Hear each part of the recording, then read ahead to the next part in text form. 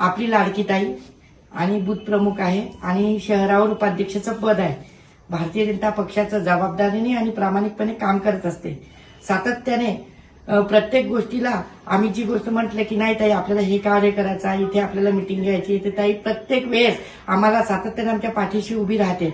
अशा ताईचा आम्ही स्वामी विवेकानंदाचा फोटो आणि एक भगवी शाल देऊन आम्ही त्यांचा सत्कार करत आहे. आज त्यांचा वाढदिवस असल्यामुळे आम्ही त्यांना वाढदिवसाच्या दिवशी त्यांना खूप खूप शुभेच्छा देतोय.